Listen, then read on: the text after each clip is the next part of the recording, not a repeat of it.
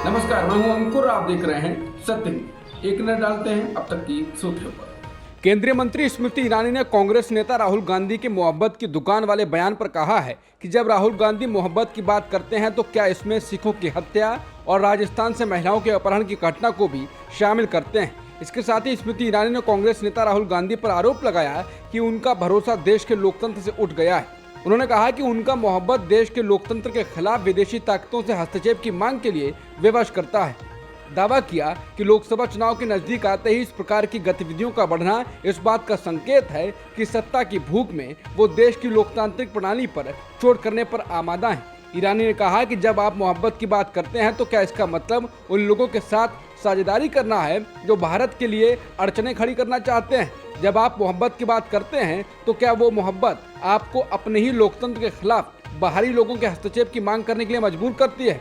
ये कैसा इश्क है जो अपने देश से नहीं बल्कि अपनी सियासत से है? कांग्रेस ने स्मृति ईरानी पर मोहब्बत की दुकान को लेकर प्रतिक्रिया दी है। कांग्रेस प्रवक्ता सुप्रिया शिनेत ने कहा है कि प्रिय स्मृति ईरानी जी, सुनने में आया आप जानना चाहती हैं मोहब्बत क्या है, तो सुन लीजिए। मोहब्बत हिंदुस्तान को एकजुट रखने में है, मोहब्बत विविधता को बनाए रखने में है, मोहब्बत हर धर्म हर जाति का सम्मान करने में है, मोहब्बत इस देश की बेटियों के साथ खड़े रहने में है, मोहब्बत अन्याय और अपराधियों के खिलाफ लड़ने में है, मोहब्बत 9.2 लाख बच्चे कुपोषित ना हो इसमें है, मोहब्बत रेल दुर्घटना में जिम्मेदारी तय करने में है, मोहब्बत गरीब के आटा और दही पर जीएसटी न लगाने पर है, मोहब्बत गांधी और गोडसे की लड़ाई में गांधी के साथ में है। उन्होंने कहा कि अपने नेता राहुल गांधी से नफरत का जवाब मोहब्बत से देना सीखा है। इसके साथ ही उन्होंने लिखा कि ये तो विशेष आपके लिए है, तुमको आता है प्यार पर गुस्सा, मुझको गुस्से पर प्यार आता है। एलजेपी रामविलास के प्रमुख चिराग पासवान ने विपक्षी एकता को लेकर प्रतिक्रिया दी है। उन्होंने कहा है कि बिहार के मुख्यमंत्री जो एक ठीक ब्रिज नहीं बनवा सकते, वो विपक्ष को एकजुट करने की कोशिश कर रहे हैं। पासवान ने कहा ये विपक्षी एकता का ब्रिज भी वैसे ही धराशायी होगा जैसा इनका कुछ पहले निर्माणाधीन ब्रिज रहा है। हम साल 2014 से देख रहे हैं, विपक्ष एक साथ आता है, हाथ पकड़कर फोटो खिंचवाता है, लेकिन चुनाव आते आते भानुमति का कुनबा बिखर जाता है। ये फिर से धराशायी ही होगी। पटना में 23 जून को विपक्षी दलों की बैठक को लेकर बीजेपी ने प्रतिक्रिया दी है। केंद्रीय मंत्री और बीजेपी नेता स्मृति ईरानी ने गुरुवार को प्रेस कॉन्फ्रेंस में कहा है कि वो एक दूसरे में अपना सहारा ढूंढ रहे हैं। उन्होंने कहा कि जो एक दूसरे में सहारा ढूंढ रहे हैं, जो खुद अपने पैरों पर खड़े होने में विफल हैं, जो जहां एकत्रित होने वाले हैं वहीं पर 1750 करोड़ रुपए का ढांचा पानी में बह गया है। उनके अनुमान भी 2024 में इसी तरह से पानी में बह जाएंगे, ये मेरा विश्वास है। पटना में विपक्षी दलों की बैठक को लेकर बिहार के उप मुख्यमंत्री तेजस्वी यादव ने कहा कि तेलंगाना के मुख्यमंत्री और बीआरएस प्रमुख के चंद्रशेखर राव से इस बैठक में शामिल होने के सिलसिले में कोई बात नहीं हुई, लेकिन लगभग 15 दल आ रहे हैं जिसमें कांग्रेस भी शामिल है। उन्होंने कहा कि इस बैठक में सभी दलों के प्रतिनिधि नहीं बल्कि प्रमुख नेता आ रहे हैं। बीजेपी को लेकर तेजस्वी यादव ने कहा कि वो इस बैठक से डरे हुए हैं क्योंकि अभी कर्नाटक हारे हैं, उससे पहले हिमाचल प्रदेश हारे थे और आगे छत्तीसगढ़, मध्य प्रदेश और राजस्थान हारेंगे। नाबालिग पहलवान के पिता ने डब्ल्यूएफआई के पूर्व अध्यक्ष ब्रजभूषण सिंह के खिलाफ लगाए यौन शोषण के आरोप वापस ले लिए हैं। उन्होंने कहा कि ब्रजभूषण ने महिला पहलवान के साथ साथ भेदभाव किया था। नाबालिग के पिता ने कहा कि हमने 5 जून को कोर्ट में बयान बदल दिए थे, मैंने किसी लोभ या लालच में नहीं, डर की वजह से बयान बदले हैं। उन्होंने कहा कि मैं नहीं कहना चाहता हूं कि किसने धमकी दी है, मेरा भी परिवार है, अगर मुझे कुछ हो गया तो मेरा परिवार बर्बाद हो जाएगा, मुझे डर लग रहा है, मेरा पूरा परिवार डिप्रेशन में है। पहलवानों के मुद्दे पर एक नया मोड़ आ गया है। हिंदुस्तान टाइम्स की रिपोर्ट के अनुसार एक नाबालिग पहलवान के पिता ने अपने बयान को बदल लिया है और दावा किया है कि उन्होंने और उनकी बेटी ने ब्रजभूषण के खिलाफ कुछ झूठे आरोप लगाए थे। हिंदुस्तान टाइम्स की रिपोर्ट के अनुसार नाबालिग पहलवान के पिता ने अपने ताज़ा बयान में कहा है कि हमें ब्रजभूषण शरण सिंह से कोई शिकायत नहीं है, हमने 5 जून को दिल्ली में मजिस्ट्रेट के सामने नए बयान दर्ज कराए हैं और पहले के कुछ बयानों को बदला है। उन्होंने कहा कि मैं एक लड़की का पिता हूं और इस लड़ाई में नहीं पड़ना चाहता, मैंने शिकायत वापस नहीं ली लेकिन नए बयान दर्ज कराए हैं। लड़की के पिता ने हिंदुस्तान टाइम्स को फोन पर बताया कि WFI प्रमुख ब्रजभूषण ने उनकी बेटी का यौन उत्पीड़न नहीं किया था। मजिस्ट्रेट के सामने नया बयान दर्ज कराते वक्त उन्होंने ब्रजभूषण पर भेदभाव करने का आरोप लगाया है। नाबालिग लड़की के पिता ने आगे कहा कि उन्होंने गुस्से में कुछ झूठे आरोप लगाए थे, जिसके बाद मेरी बेटी को कुछ दिक्कतों का सामना करना पड़ रहा है। उन्होंने कहा कि FIR में जिन बातों का जिक्र है वो सब सच नहीं है। उन आरोपों के बाद से परिवार डिप्रेशन में था। मेरी बेटी का यौन उत्पीड़न नहीं हुआ बल्कि उसके साथ भेदभाव हुआ। उन्होंने कहा कि ब्रजभूषण के खिलाफ यौन उत्पीड़न के आरोप गुस्से में लगाए गए थे क्योंकि उनकी बेटी एशियाई चैंपियनशिप के लिए पिछले साल के ट्रायल के फाइनल में हार गई थी। नाबालिग के पिता ने कहा कि मैच ड्यूटी पर मौजूद पूरा स्टाफ दिल्ली से था और विरोधी लड़की भी दिल्ली से थी, जो अवैध है। मैंने अपना बयान बदल दिया है। उन्होंने कहा कि कुछ आरोप सही थे तो कुछ झूठे थे। ब्रजभूषण ने मेरी बेटी का यौन उत्पीड़न नहीं किया था, लेकिन उसका दृष्टिकोण उसके प्रति पक्षपातपूर्ण था। पिता ने कहा कि मुझे ब्रजभूषण शरण सिंह से कोई शिकायत नहीं है। मैं एक लड़की का पिता हूं और इस लड़ाई में शामिल नहीं होना चाहता। मैंने शिकायत वापस नहीं ली, लेकिन नए बयान दर्ज किए हैं।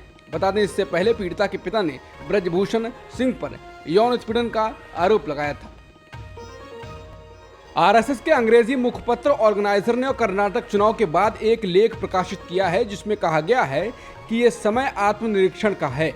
सिर्फ मोदी मैजिक और हिंदुत्व के दम पर चुनाव नहीं जीते जा सकते हैं। प्रफुल्ल केतकर के इस लेख को ऑर्गेनाइजर ने हाल ही में प्रकाशित किया था। पूरा लेख पढ़ने से पता चलता है कि कर्नाटक चुनाव के बाद RSS क्या सोचता है।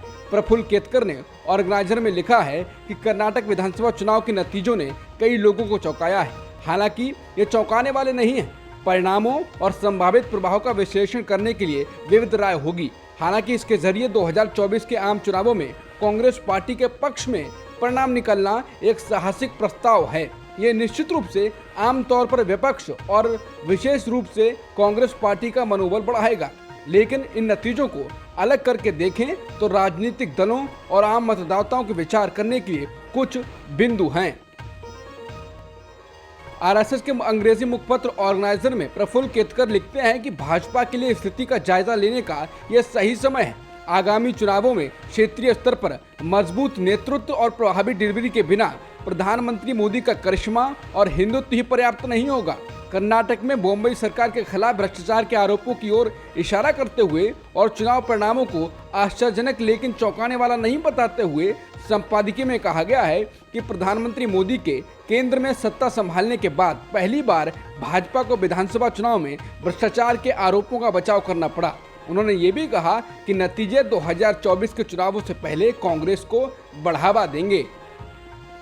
सचिन पायलट के द्वारा नई पार्टी बनाने की खबरें लगातार चल रही हैं और सचिन पायलट ने इसका खंडन भी नहीं किया है। इस बीच इंडियन एक्सप्रेस ने बीजेपी नेताओं से बात की है, जिसमें उनका कहना है कि कांग्रेस से सीधे लड़ाई में उनका फायदा होगा, पायलट के पार्टी बनाने से उनका नुकसान होगा।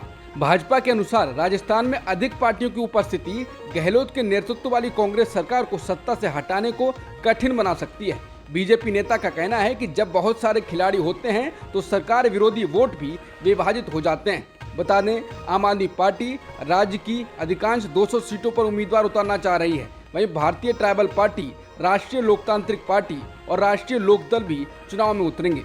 इस बीच बीजेपी के एक नेता का कहना है ये पार्टी को क्षेत्रवार रणनीति तैयार करने के लिए मजबूर करता है, क्योंकि ये छोटी पार्टियां न केवल सरकार विरोधी वोटों को विभाजित कर सकती हैं बल्कि हमारे वोट भी चुरा सकती हैं। बीजेपी नेताओं का कहना है कि पायलट के कांग्रेस अध्यक्ष होने और 2018 के विधानसभा चुनाव में एक संभावित सीएम उम्मीदवार होने के कारण उनके समुदाय गुर्जरों ने, जो कि भाजपा का समर्थन आधार माना जाता है, और मीणाओं ने कांग्रेस को वोट दिया था। इसके परिणाम स्वरूप कांग्रेस ने क्षेत्र की 26 में से 25 सीटों पर जीत हासिल की थी।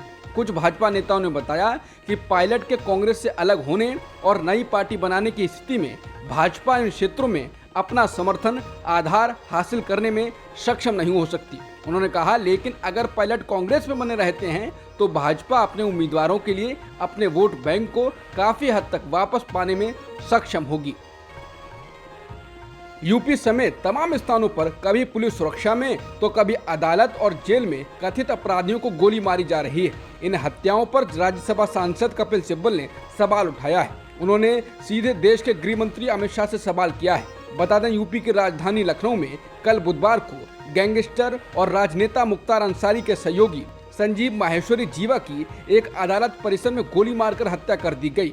इससे पहले पुलिस सुरक्षा में मारे गए अतीक अहमद और उनके भाई अशरफ की हत्या की गूंज अभी भी सुनाई पड़ रही है। राज्यसभा सांसद कपिल सिब्बल ने आज गुरुवार को पुलिस हिरासत में लोगों की हत्या पर केंद्रीय गृह मंत्री अमित शाह से सवाल किया और पूछा क्या वो ऐसी घटनाओं से चिंतित हैं। सिब्बल का ये सवाल कल लखनऊ की घटना के बाद आया है। सिब्बल ने एक ट्वीट में कहा है, कैसे और क्यों यूपी में पुलिस हिरासत में 2017 से 2022 तक 41 लोग मारे गए हैं। हाल ही में जीवा की लखनऊ कोर्ट में पुलिस हिरासत में गोली मारकर हत्या कर दी गई। अतीक और अशरफ की पुलिस हिरासत में गोली मारकर हत्या कर दी गई। टिल्लू ताजपुरिया को तिहाड़ में गोली मार दी गई। अमित जी, आपको चिंता नहीं है, हम हैं।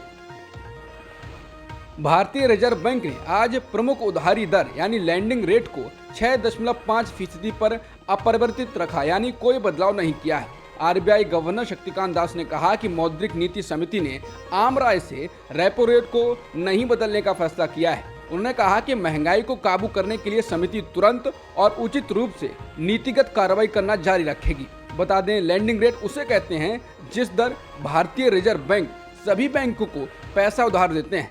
बैंकों को अगर आरबीआई से महंगी दर पर पैसा मिलता है तो वो आगे उसी बढ़ी दर को उपभोक्ता से विभिन्न मदों में वसूलते हैं। रेपो रेट बढ़ने का सीधा असर होम लोन, कार लोन समेत अन्य तरह के लोन पर पड़ता है। भारतीय रिजर्व बैंक यानी आरबीआई ने कहा है कि 2000 रुपए के नोट को चलन से बाहर होने की घोषणा किए जाने के बाद से अब तक 50% नोट वापस आरबीआई में पहुंच गए हैं। केंद्रीय बैंक ने कहा है कि 31 मार्च 2023 तक प्रचलन में 2000 रुपए के कुल 3.62 लाख नोट थे। इसमें से लगभग 50% यानी 1.80 करोड़ नोट वापस आ गए हैं। आरबीआई गवर्नर शक्तिकांत दास ने कहा है कि 2000 रुपए के कुल नोटों में से करीब 85% जमा के रूप में बैंकों में वापस आ रहे हैं और बाकी नोट विनिमय यानी बदलने के लिए आ रहे हैं। लंदन के ओवल स्टेडियम में खेले जा रहे वर्ल्ड टेस्ट चैंपियनशिप फाइनल के दूसरे दिन ऑस्ट्रेलिया की टीम 469 रन पर आउट हो गई है, यानी पहली पारी में ऑस्ट्रेलिया ने 469 रन बनाए। बता दें, भारत ने कल टॉस जीतकर पहले गेंदबाजी का फैसला किया था और पहले दिन ऑस्ट्रेलिया ने 3 विकेट खोकर 327 रन बनाए थे। दूसरे दिन का खेल शुरू होने के बाद स्टीवन स्मिथ ने शतक पूरा किया। ट्रेविस हेड ने 163 और स्टीवन स्मिथ 121 रन बनाए, लेकिन उसके बाद कोई भी बल्लेबाज क्रीज पर मजबूती से टिक नहीं सका। मोहम्मद सिराज ने 4 विकेट लिए, जबकि मोहम्मद शमी और शार्दुल ठाकुर ने 2-2 विकेट लिए और रविंद्र जडेजा ने 1 विकेट निकाला है। अब तक की सुर्खियों में इतना ही। बाकी खबरों के लिए बने रहिए सत्यहिंदी.com के साथ।